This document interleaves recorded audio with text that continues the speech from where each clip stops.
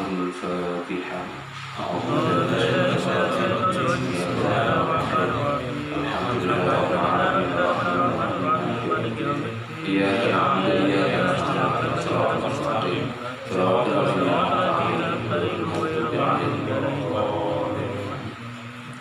Jumatan guru ingin mencari, mudah-mudahan ilmu yang diberikan kepada kita semua manfaat, barokah fitri wa dunya wal akhirah, dan mudah-mudahan kita di akhirat kelak tetap diakui sebagai santri guru kita, ya beliau bisa melindungi, menuntun kita menuju surga Allah Subhanahu wa Ta'ala. Al-Fatihah.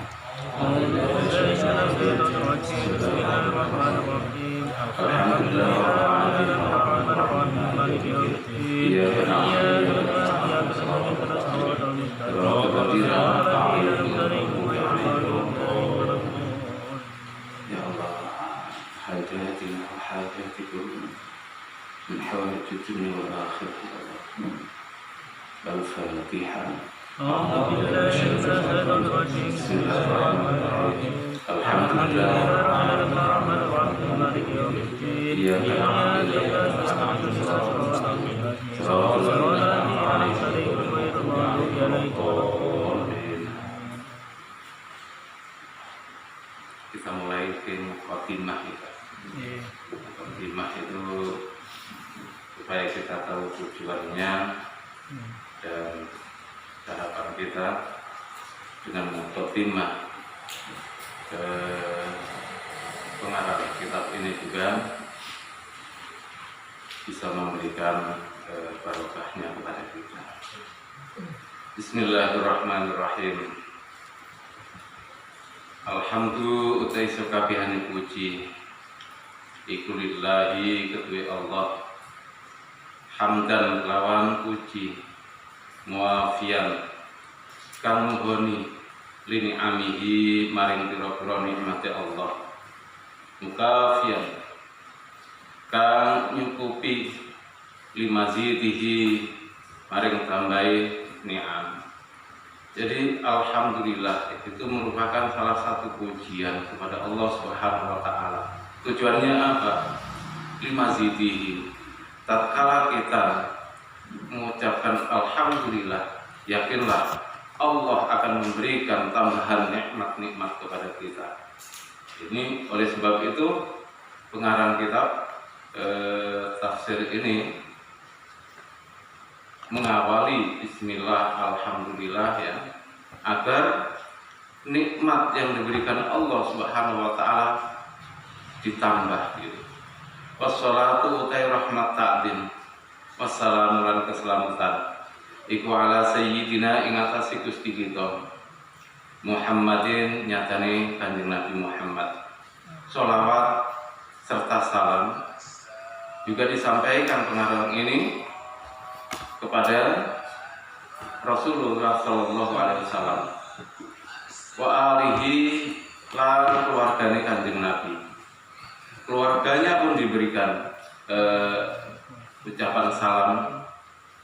Untuk apa? Karena Rasulullah Sallallahu Alaihi Wasallam dawuhe sinten sing sayang kalih keluargane, sinten sing cinta kepada keluarga beliau, anak keturunan beliau, maka Rasulullah pun akan mencintai. Tatkala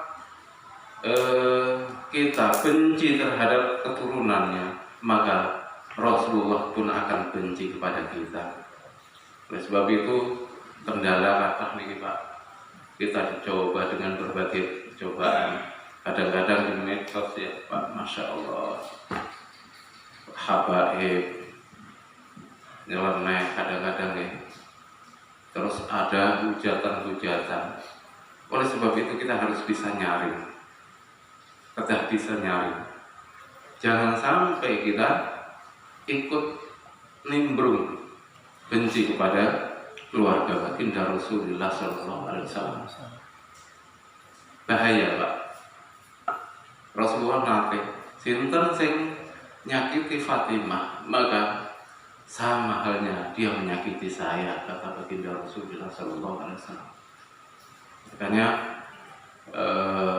media-media yang ada yang ngapunten ya, kita tidak usah ikutlah walaupun hujatan sana sini.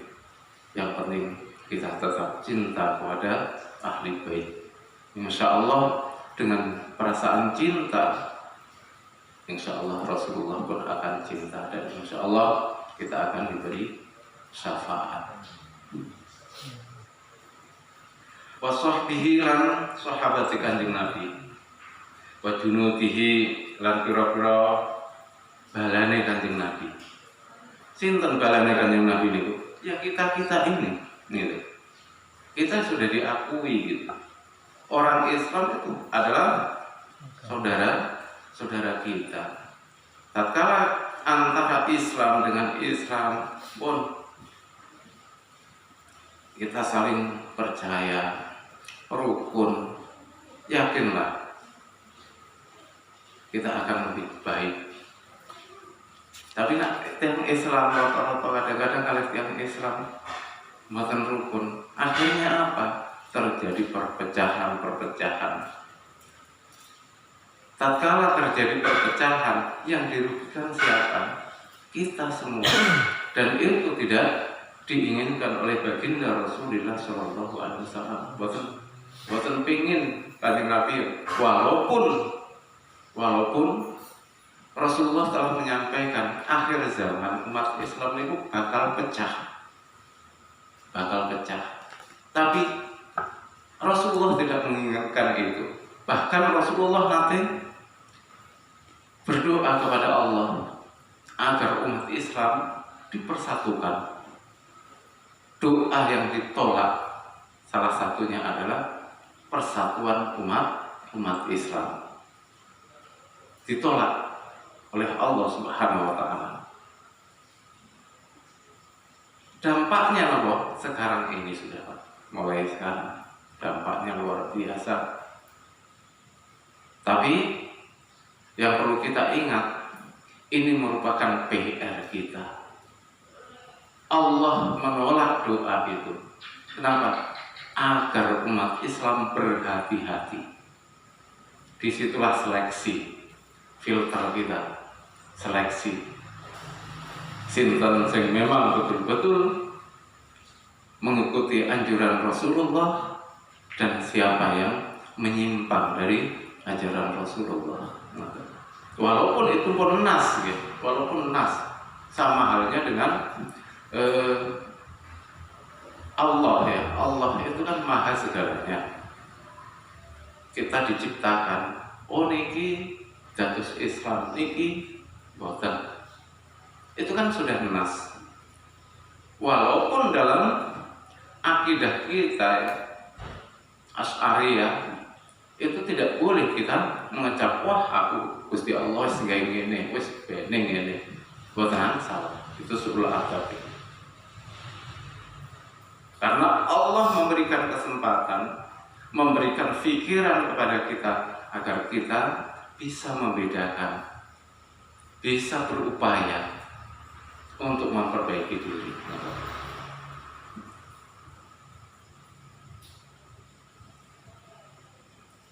Hadza utawi iki kitab iku ma perkara istaddat kang banget ilahi maring ma apa hajatur raghibina, hajate wong kang demen. Ini musonef atau pengarang kitab ini ya, mengarang. Kenapa? Karena banyak orang-orang yang mendorong beliau agar beliau mengarang kitab tafsir ini. Tapi ngarangnya buatan sembarang, betul. Banyak yang menginginkan agar beliau mengarang kitab tafsir. Kitab ngelati ing dalem nyampurnakake tafsirul Quran Al-Karim ing tafsir Al-Quran Al-Karim kang mulya apa Al-Quran, untuk menyempurnakan tafsir sebelumnya. Kenapa? Ada kekurangan-kekurangan yang perlu disempurnakan. Jadi tafsir ini dikarang karena ada Imam Mahalli waktu itu mengarang ada hal yang masih kurang dari surat Baqarah sampai surat apa itu. Ya. Oleh sebab itu beliau didorong agar mengarang kitab ini untuk menyempurnakan karangan Imam Mahalli. Alladzi allafahu kang bangetake ing tafsir sapa al-imamu imam al-alamatu kang alim al-muhaqqiqu kang ahli haq Jalaluddin Muhammad bin Ahmad al-Mahalli. Nyatane Jalaluddin Muhammad bin Ahmad al-Mahalli asy-Syafi'i kang bangsa Syafi'i madhabi. Rahimahu muga-muga ngrahmati ing Jalaluddin sapa Allahu Gusti Allah. Wa tatmimu lan nyampurnaake ma ing perkara fatahu kang pot apa niku lho sapa Jalaluddin ya Jalaluddin al-Mahalli niku fa innahu mangkostune fatahu ing pot apa sapa Jalaluddin ing ma wa huwa utaima iku min awali surat al-Baqarah saking awali surat al-Baqarah ila akhiril Isra'i tumeka mare surat al-Isra. Karena Imam Jalaluddin al-Mahalli itu dalam menafsiri Al-Quran masih ada kekurangan dari surat Al-Baqarah sampai akhirnya surat Al-Isra. Oleh sebab itu beliau menyempurnakan itu agar umat Islam tidak salah pegangan. Kenapa Pak? Karena Al-Quran itu harus banyak rujukannya, ilmunya juga harus banyak ya, dalam mengkaji Al-Quran. Kenapa demikian Pak? Harus ada tafsir. Kenapa harus ada tafsir? Karena banyak sekali orang yang memaknai Al-Quran justru melenceng dari tujuannya. Atas sangat. Oleh sebab itu tafsir ini menjadi landasan agar kita tidak terpleset. Karena Al-Quran itu lentur Pak, di bawah, ke depan, bisa ke samping, kiri, kanan, ke belakang bisa.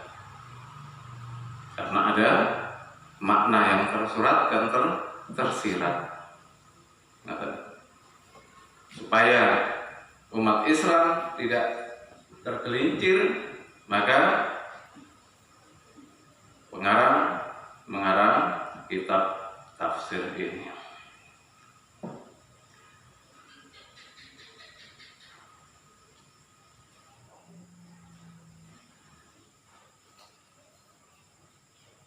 Ala namatihi ing atase dalam tafsire Imam Mahalli ya. Kekurangan itu ya. Untuk menyempurnakan tafsirnya Imam Mahalli. Min dikrima saking nutur perkara yufhamu kang den faham bihi kelawan ma apa kalamullah taala kalame Allah Subhanahu wa taala agar bisa menjadi panduan untuk memahami Al-Quranul Karim.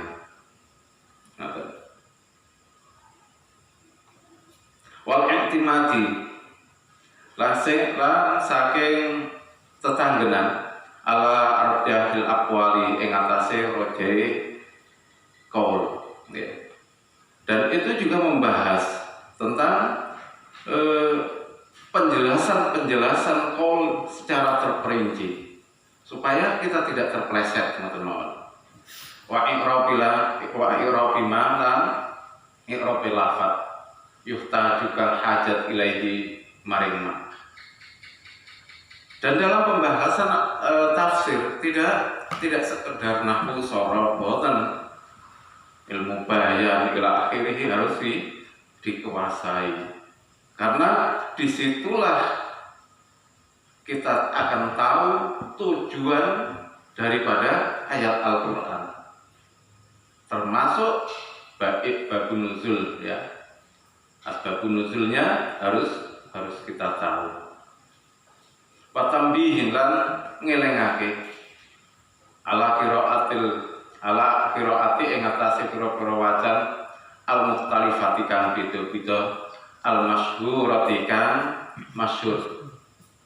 Dan di sini juga agar kita paham bahwasanya Al-Qur'an itu banyak bacaannya.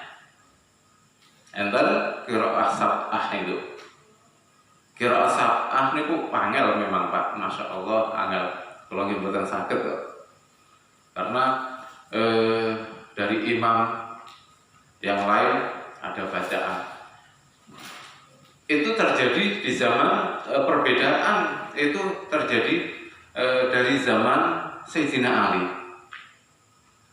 Kehebatan Sayyidina Ali Pak, Masya Allah, kehebatan Sayyidina Ali diantaranya tatkala Sayyidina Ali berkunjung ke daerah itu, maka orang-orang di situ bisa berbahasa Arab. Disitulah terjadi perbedaan bacaan. Ibaratnya, makanya akhirnya terjadilah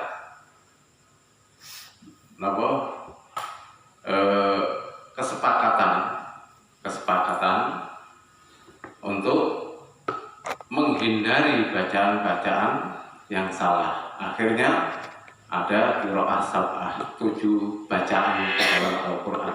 Memang benter-benter. Nah niku fane hafid itu pun belum tentu bisa qiraah sab'ah Pak. Hafid paling 1 qiraah saja. Kados Gus Baha memang nggih qiraah sab'ah itu luar biasa beliau.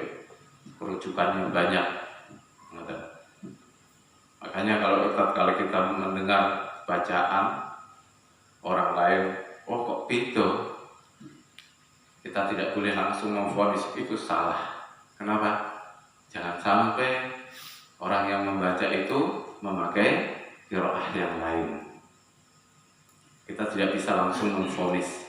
Dalam Al-Quran ada 7 bacaan, dan itu perbedaannya mencolok sekali, mencolok.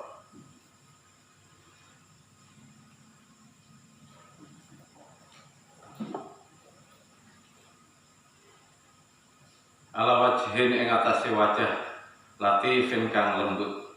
Perbedaan-perbedaan yang kecil ataupun yang besar ya. Nah, ini sudah masyhur, makanya ada qiraah sab'ah.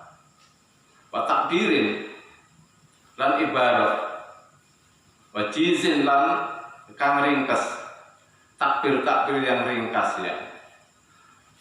Wa tarkit tatwili lan ninggal dawaake, maksudnya meninggalkan hal-hal yang justru jadi persengketaan dengan adanya qiraah sab'ah itu sendiri.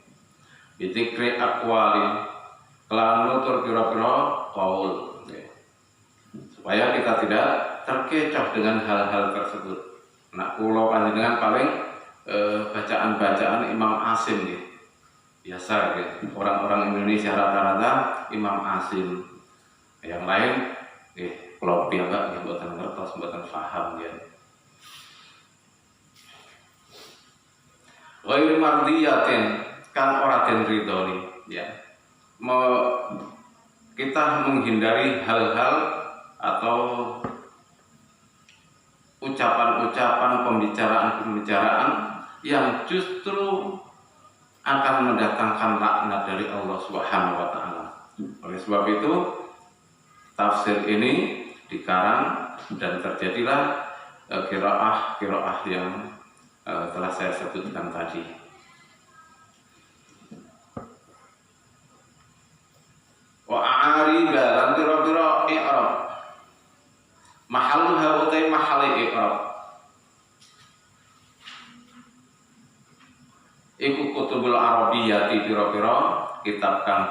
Arab. Jadi Al-Quran ini kan tata bahasanya bahasa Arab. Bahasa Arab, oleh sebab itu tata bahasanya juga tata bahasa Arab. Makanya dalam Al-Quran, dalam qiraah yang lain, koyok ini tidak sesuai dengan nahwu sorope buatan sesuai. Koyok, tapi padahal nggak sesuai. Hanya kita tidak tahu qiraah yang lain itu. Andai kata bapak-bapak bisa belajar itu, alhamdulillah. Kalau piyambak buatan sakit, karena rumit Pak untuk membedakan qiraah satu dengan yang lain itu bermumet. Dan orang-orang yang bisa mempelajari qiraah sab'ah itu luar biasa memang. Qiraah sab'ah antara ini dengan ini pun beda. Penggabungan antara imam ini dengan ini juga nggak boleh. Tatkala kita ikuti Imam Asim, Imam Asim seperti dalam madhab, dalam madhab nyon ngapunten. Kalau kita mengikuti madhab Syafi'i, Syafi'i. Cara wudune Imam Syafi'i, cara salate Imam Syafi'i. Ampun ngantos cara wudunya kita mengikuti Imam Syafi'i. Hal-hal yang membatalkan wudu kita ikut Imam Hambali. Cara salate Imam Maliki buat nangsal. Kafah intikal madhab angsal, tetapi harus kafah. Satu contoh kecil ya. Terus waktu pandemi lockdown, kalau itu tegur tiang ya. Kita kan tidak boleh Jumatan Pak. Ya, kita tidak boleh Jumatan. Menurut Imam Syafi'i, Jumatan itu syaratnya Bapak, di antaranya 40 orang. Oke. Itu kol yang baru. Kol kodime mboten. Apalagi kita ikuti imam yang lain. Imam Maliki Bapak. Imam Maliki 3 itu sudah jamaah. Wis mun jamaah. Dan boleh mendirikan Jumatan. Dan ini yang tidak difahami oleh masyarakat, sehingga ketidakfahaman itu timbul gesekan-gesekan. Dan ini yang harus kita jaga. Andai kata ada seseorang melakukan ini, kita berpikir positif saja. Mungkin dia mengikuti madhab yang lain. Ila akhirih. Sama halnya dengan sholat nyuwun ngapunten. Ini saya kupas sekalian nyuwun ngapunten ya. Kalau Imam Syafi'i sholat, ibu-ibu putri, wajah itu termasuk yang mana Pak? Ini. Kalau Imam Syafi'i ini harus tertutup Pak. Ini harus tertutup. Kalau di sini nggak boleh. Ini harus tertutup. Kalau madhab lain, wallahu a'lam, enten sing ngasapke ngoten. Kalau Imam Syafi'i sementen ini harus tertutup mau kena. Ada kalanya ibu-ibu pakai saja sholat. Ya mungkin itu madhab lain. Memang enten makan ini. Tapi kalau Syafi'i tiang setri, ya, auratnya perempuan dalam tingkah sholat, kami jami'ul badan ilal wajhi wal kafain. Kafain itu ini maksudnya. Kalau biasanya kan gini, buat nangsal atau wajah ini anunya mukenanya di sini buat nangsal. Kalau Imam Syafi'i seperti itu. Sampai ini, dagu ini tertutup. Ini sekalian buatan kau guru jenengan, buatan tapi kita perbaikan. Jadi tatkala ada orang melakukan sholat, moro-moro celonoan napa biasanya ibu-ibu celonoan napa niku semanten niku di atas kaki buatan ketemu kena terus semanten baju saja sholat, yaitu memang bukan mazhab Syafi'i. Ikuti siapa? Maliki. Oleh sebab itu kita tidak boleh berpikiran negatif. Monggo, silahkan. Kita mau ikuti Syafi'i, monggo. Hanafi, monggo. Hambali, monggo. Maliki, monggo. Dengan ketentuan sesuai dengan tatanan yang ada. Seperti intikal madhab dalam Jumatan kemarin. Saya lakukan Jumatan, Pak. Apa kita tidak sah melakukan sholat apa? Zuhur? Ya angsal ya. Angsal. Tapi tatkala kita tidak melakukan semuanya tidak melakukan Jumat, Pak, atau senopo. Oleh sebab itu harus ada yang mendirikan Jumat, walaupun 3 orang. Setelah itu kalau kita ikut mazhab Maliki, 3 orang Jumatan, kembali ikuti mazhab Syafi'i. Sholat zuhur, mantun Jumatan, sholat zuhur. Supaya apa? Sedanten boten kenging dosa.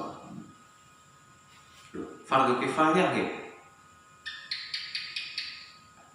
Fardu ain untuk ini ya. Dalam satu Korea harus ada Jumatan. Boten enten sing Jumatan. Terus dosa boten sak desa. Dosa. Oleh sebab itu tatkala ada hal-hal semacam ini kita harus berpikiran positif. Kados teng SP3 saya anjurkan, Pak. Kebetulan saya panggil Jumatan untuk menggugurkan dosa satu desa. Ngoten toh? Ini kan riskan, Pak. Tapi tatkala tidak ada yang tahu, terus kenapa? Kita semua dosa kan.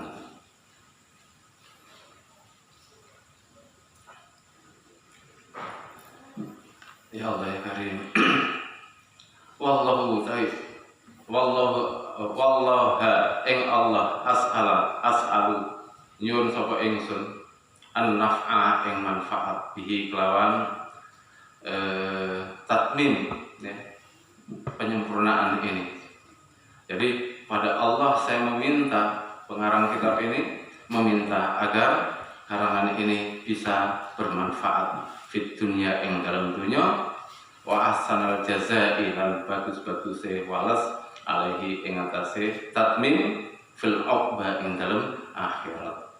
Saya berharap karangan ini bisa memberikan kebaikan bermanfaat di dunia dan bisa memberikan kebaikan di akhirat. Ini tujuannya setiap pengarang kitab mesti seperti itu, Pak. Walaupun sudah alim mesti agar karangan saya bisa bermanfaat dan saya mendapatkan kebaikan di akhirat. Pengarang nih, alim kados ngoten.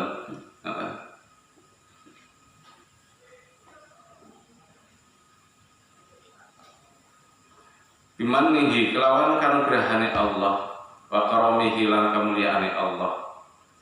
Semua itu bukan karena semata-mata karangan itu, Pak, tapi karena anugerah Allah, kasih sayangnya Allah, hingga karangan ini bisa bermanfaat dan kelak di akhirat dengan keagungan Allah, kemuliaan Allah, pengarang mendapatkan pahala atau mendapatkan surga di sisi Allah. Suratul Baqarah utawi surat Baqarah iku madaniyatun bangsa Madinah tumurune. Surat Baqarah ini turun di Madinah, Pak. Ada, makanya dalam surat itu mesti ditafsir itu dikatakan Makkiyah atau Madaniyah. Kebetulan Al-Baqarah ini turun di Madinah. Mi'atani utawi Baqarah iku 200 wasitun lan 6 ausabun utawa 7 wasamanuna lan 80 apane ayatan ayate. Dan surat Al-Baqarah itu ada 286 atau 87. Kenapa 86 atau 87? Tatkala kita memasukkan bismillah, maka akan terjadi 287. Tatkala bismillah tidak kita masukkan di dalam surat Al-Baqarah, maka akan ada 286. Bismillahirrahmanirrahim. Alif Lam Mim. Nah niki Alif Lam Mim niku kan masih, walaupun banyak yang menafsiri, tapi rata-rata ulama niku wallahu a'lam bimuradihi, ngoten mesti. Kenapa? Allah yang tahu. Kenapa? Jangan sampai salah dalam tafsiran itu. Tatkala salah, wah bahaya. Karena alif, lam, dan mim, ada kalanya ada ulama yang mengatakan al itu adalah lafaz Allah, mim itu Muhammad, enten. Tapi tiap imam yang pengarang kitab jarang yang menafsiri alif lam mim yasin. Seperti yasin itu ada yang menafsiri itu asma Muhammad, tapi rata-rata pengarang tafsir mesti wallahu a'lam bimuradihi. Allah yang tahu makna sesungguhnya tentang ayat itu. Wallahu ta'ala Allah iku a'lamu ngawuri sapa Allah bimuradihi kelawan makna kang den kersake Allah. Allah yang tahu maknanya. Bidzalika kelawan mengkono alif lam mim. Allah sendiri yang tahu murad daripada alif lam mim. Dzalika utawi mengkono kitab. Hadzal kitab tegese kitab alladzi yaqra'uhu kang maca ing kitab sapa Muhammadun Kanjeng Nabi Muhammad iku la raiba ora ana mamang iku maujud syakun tegese mamang fihi ing dalem Kanjeng Nabi. Dzalikal kitab la raiba fihi. Allah menurunkan Al-Qur'an atau Injil, Zabur, Taurat. Ini yang ditekankan adalah Al-Qur'an karena yaqra'uhu bi Muhammad ya. Jadi Allah menurunkan Al-Qur'an itu tidak ada keraguan bagi Rasulullah SAW, dan Rasulullah sendiri membaca itu. La raiba fi syakkun, tidak ada keraguan sama sekali. Anahu setuhune hadal kitab iku min indillahi saking ngarsane Gusti Allah. Karena apa? Karena kitab itu Al-Qur'an itu memang dari Allah Subhanahu wa taala, walaupun melalui perantara malaikat Jibril, tapi itu hakikinya dari Allah Subhanahu wa taala. Wa jumlatun nafi utawi jumlah nafi iku khobarun khobar. Ada tadi jumlah nafi itu la raiba fi ya, yang menjadi khobar nanti. Mubtada'uhu kang utawi mubtada'i khobar iku dzalika lafaz dzalika. Wal isaratu utawi isarah bihi kelawan dzalik iku li takdzimin krana ngegungake. Kenapa tidak langsung mawon anu dzalika napa nggih? Alkitabu la raiba fihi mboten. Kenapa tidak langsung seperti itu? Karena untuk mengagungkan Al-Qur'an itu supaya orang atau umat Islam itu yakin bahwa Al-Quran itu memang dari Allah Subhanahu wa Ta'ala yang diturunkan kepada Rasulullah.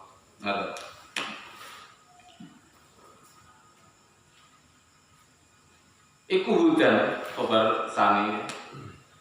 Hudan, iku hudan dituduh. Iku hudan dituduh. Khobar sanin utawi hudan iku dadi khobar sani. Aihatin tegese dituduh. Lil muttaqina kedue wong kang takwa. Dan Al-Quran ini merupakan petunjuk. Dan itu sudah dinas oleh Allah Subhanahu wa Ta'ala. Al-Quran itu petunjuk. Bagi siapa sih? Bagi orang-orang yang takwa, yakin kepada Allah Subhanahu wa Ta'ala. Oleh sebab itu, kata orang yang banyak yang beragama Islam, tapi karena tidak yakin sehingga tidak mempelajari Al-Quran. Atau tahu bacaan Al-Quran, tapi karena tidak yakin, pengamalannya pun tidak ada. Orang-orang yang mutakin itu sinten sih? Eso irina tegese dadi sira ila takwa maring takwa. Orang-orang yang mutakin, yang percaya itu apa? Orang-orang yang dijadikan takut kepada Allah. Takwa niku kan takut ngoten. Imtithalil awamiri.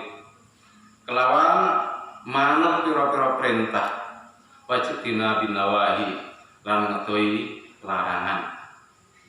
Orang-orang muttaqin mesti takwa, ngoten. Takwa itu sendiri adalah menjauhi larangan-larangan Allah dan melaksanakan seluruh perintah-perintah Allah. Bahkan sarain itu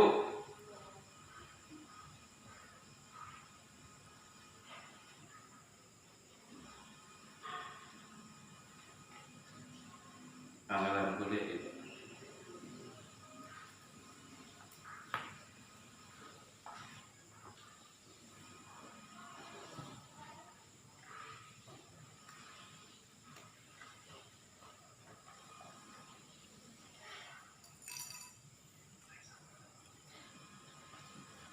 Jadi yang jelasnya seperti itu. Orang-orang muttaqin adalah orang-orang yang bertakwa. Orang yang bertakwa berarti orang-orang yang mau melaksanakan perintah Allah dan menjauhi segala larangan-larangan Allah. Ittiqaihim krana ngrekso ing Allahi bidzalika kelawan bidzalika nar kelawan sebab mengkono-mengkono neraka. Jadi ini merupakan fadlnya Allah. Kalau kita kembali ke tauhidnya seperti itu, Pak. Jadi Allah sudah menciptakan diri kita, sudah ada jatah kita. Oh, orang ini hari ini demikian. Oh, hari ini demikian. Ya. Hanya kalau kita mengikuti tauhidnya, kita dianjurkan untuk berupaya sekuat tenaga walaupun Allah sudah mentakdirkan. Oleh sebab itu qadha niki dari takdirnya qadha niku enten qadha mu'allaq, enten qadha mubram. Qadha mu'allaq niku kados napa, Pak? Qadha mu'allaq niku ya. Jadi si A hari ini akan terjadi kecelakaan. Ini masih di dalam suhuful malaikat. Tapi ini tatkala si A ini sedekah, maka kecelakaan itu tidak akan terjadi. Ini namanya qadha mu'allaq. Kalau qadha mubram itu memang sudah kepastian, tidak ada tawar-menawar. Yang kita tidak tahu qadha ini qadha mubram atau qadha mu'allaq niku ya kita masih belum tahu ya. ibaratnya kita jatuh hari ini kodok mu'alaq atau kodok mubrom, kalau boten ngertos ya. Tapi pembagian kodok seperti itu, kalau kodok mubrom itu sudah pasti terjadi. Tapi kalau kodok mu'alaq kita masih ada dispensasi. Anak si A, anaknya seperti ini. Tatkala umpamane mengapunten anaknya si A tidak akan bisa ngaji. Itu napa tesih koma ya. Tapi tatkala orang tuanya mau berdoa sungguh-sungguh, maka anak si A ini akan pintar ngaji. Jadi dalam suhuful malaikat, catatan di bukunya malaikat itu akan terjadi seperti itu. Terus malaikat tahu kodok mubrom, nggih mboten. Kalau kodok mubrom niku di Lauh Mahfuz itu sudah kepastian dari Allah. Catatan malaikat hanya seperti itu. Ngaten-ngaten niku tok. Si A akan celaka, tapi tatkala dia mau sedekah, maka si A tidak terjadi kecelakaan. Matur-matur. Paham ya, Pak?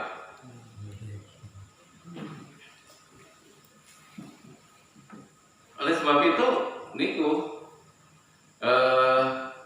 takwa itu ya, kita kembali ke takwa. Takwa itu adalah melaksanakan perintah Allah, menjauhi segala larangan Allah. Dan itu menjadi sebab kita dijauhkan dari api neraka. Tatkala kita mampu melaksanakan perintah Allah, maka Allah janji mlebu surga. Tatkala kita tidak mampu melaksanakan perintah Allah, justru pelanggaran yang kita lakukan, maka Allah akan memasukkan ke dalam neraka. Alladzina nyatane wong yu'minuna kang iman sapa alladi yasdiquna kang benerake sapa alladi bil ghaibi kelawan perkara kang samar. Orang-orang yang takwa mesti orang-orang yang beriman, membenarkan terhadap perkara-perkara ghaib, bima kelawan barang ghaib kang samar apa ma anhum saking alladzina. Jadi walaupun mata kita tidak melihat, tapi hudal lil muttaqin itu akan menjadi petunjuk bagi kita. Walaupun neraka mboten wonten sakniki tidak terlihat mata, tetap enten. Surga tidak terlihat mata, ba'as tidak terlihat mata, sirat tidak terlihat mata, siksa kubur tidak terlihat mata. Tetapi Al-Quran sudah menunjukkan bahwa itu akan terjadi. Maka orang-orang yang muttaqin yakin akan adanya hal-hal tersebut, sehingga memacu diri kita untuk melaksanakan perintah Allah, menjauhi larangan-larangan Allah. Minal ba'si bayani saking ba'as wal jannati lan surga wan nari lan neraka. Niku kan sama sedanten, Pak. Ghaib sedanten. Jadi kalau kita berbicara ghaib niku mesti pikiran kita mikirnya ke setan, genderuwo, biasanya ngoten biasanya, tapi tidak terlintas sedikit pun jannah, nar, ba'ats, bukan terlintas. Makanya itu bahasa di masyarakat ngoten. Wah, barang ghaib yang terlintas dalam pikiran kita setan, genderuwo, pocong ila akhirih. Dan justru itu yang akan merusak pemikiran-pemikiran kita, merusak batin kita. Tatkala itu tidak bisa kita kendalikan. Makanya banyak terjadi orang salah langkah gara-gara gaib, akhirnya wedi. Akhirnya napa Pak? Justru wedi ini bukan kepada Allah, tapi justru kepada hal-hal yang gaib itu sendiri. Gaib karena tujuan gaib itu yang terlintas dalam pikiran kita adalah setan ila akhirih. Wedi ini kalian itu kepada Allah bukan wedi. Tapi kalau kita bisa menata pikiran kita, hati kita, justru hal itu bisa mendekatkan diri kita kepada Allah Subhanahu wa taala. Nah, kula wedi pikirannya Gusti Allah. Ngoten Pak. Kalau kita tidak takut, Allah a'lam benar. Wa yuqimuna, selain percaya dengan orang perkara-perkara yang gaib, ba'ats, jannah, nar niku ya, lanjut menangake sapa alali as-sholata ing salat dan mampu melaksanakan sholat. Jadi sholat niku kunci segala-galanya Pak. Ditimbang atau tidaknya amaliyah kita tergantung dari sholat kita. Walaupun dosa kula panjenengan kuatah, tapi nak kita sholat, yakin itu akan diperhitungkan, akan ditimbang. Walaupun amaliyah kita banyak, boten sholat, wis bablas, boten didelok. Jadi sholat itu merupakan kunci dari segalanya. Bahkan kunci dunia ini nggih sholat aslinya. Kalau kita sudah terbiasa sholat Pak, boten sholat bingung ya. Apa ya sing kurang gari? Bahkan sholat, kunciku mau lali, ketemu teng sholat. Tapi tujuan Allah ada di situ, agar kita beristirahat, pikiran, batin kita istirahat. Dalam satu hari satu malam 5 kali saja. Toh buatan jamu. Tidak sampai 5 menit Pak. Agar pikiran, hati kita beristirahat. Untuk memulai hal yang baru, memperbaiki hal-hal yang kurang. Tapi nak buatan sholat Pak, pikiran, hati tambah atas. Sesuatu yang kita pikir tidak, orientasinya bukan kepada Allah Subhanahu wa taala, tapi gengsi ila akhirih. Itu yang terjadi.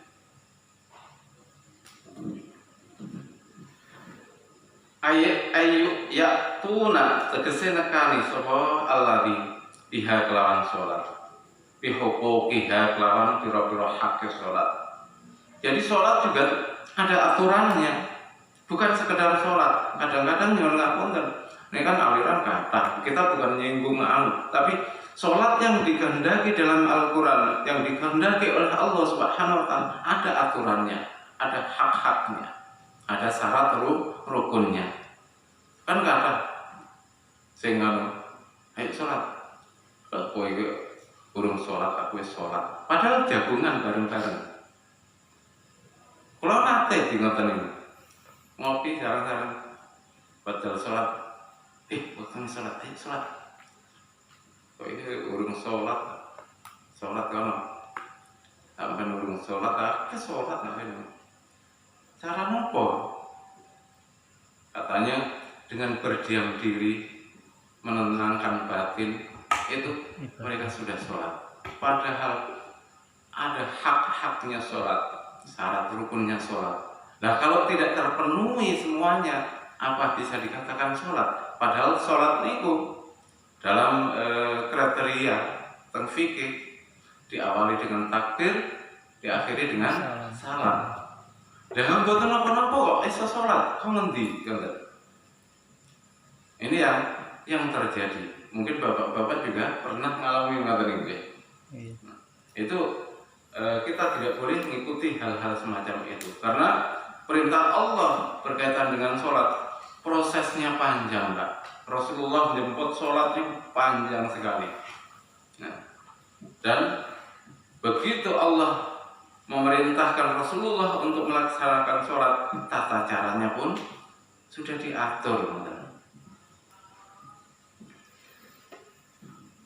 Wa mimma lan perkara razaqnahum kang paring rizki ing alladzina sapa ingsun ing alladzina a'tainahum tegese paring sapa ingsun ing alladzina yunfiquna kang padha nafkahake sapa alladzina fi taatillahi ing dalem taat maring Allah. Jadi orang-orang takwa itu tadi dikatakan yu'minuna bil ghaib wa yuqimusnas shalah wa mimma razaqnahum yunfiqun. Niki 3 kriteria yang dirangkum di dalam Al-Qur'an, Pak. Orang takwa niku sing pripun? Alladzina yuqimunas shalah ya. Alladzina yu'minuna bil ghaib, kudu percaya kali barang gaib. Allah itu gaib, ngaten. Walaupun ada tidak terlihat ya dengan panca indera kita ya. Baas surga, neraka enten walaupun tidak terlihat oleh panca indera kita. Kita harus yakin. Yang kedua adalah mau mendirikan sholat. Yang ketiga, wa mimma razaqnahum yunfiqun. Tatkala Allah memberikan rezeki kepada kita, kita tasarufkan rezeki itu di jalan Allah. Kadang-kadang kan yang ngapunten ya, kita ini godaannya kata. Mau dermawan itu godaannya luar biasa memang. Kadang mikir iki ana duit, tak keke, aku kurang ini. Aku butuh iki. Ngoten. Padahal Allah sudah memberikan dan ada jalan atau ada imbalan tatkala kita memberikan kepada orang lain. Ngoten. Nafkahkan harta benda kita, yakin Allah akan membalas. Walaupun balasan itu mboten langsung, begitu kita berikan ploknya mboten, secara bertahap. Kadang-kadang ada kalanya tatkala kita terpojok dalam kebutuhan mboten saged napa-napa, Allah memberikan jalan. Atau mungkin nanti di akhirat dunia jamin, akhirat itu dijamin. Bukan berarti tatkala kita memberikan sesuatu untuk jalan Allah kita tidak dibalas di dunia, boten, tetap Allah membalas di akhirat, tetap dibalas. Kalau belum berarti memang ada rencana Allah Subhanahu wa Ta'ala. Mungkin tatkala mentok dalam urusan ekonomi Allah memberikan itu, kita juga tidak tahu. Tapi yakin ini pasti janji Allah Subhanahu wa Ta'ala.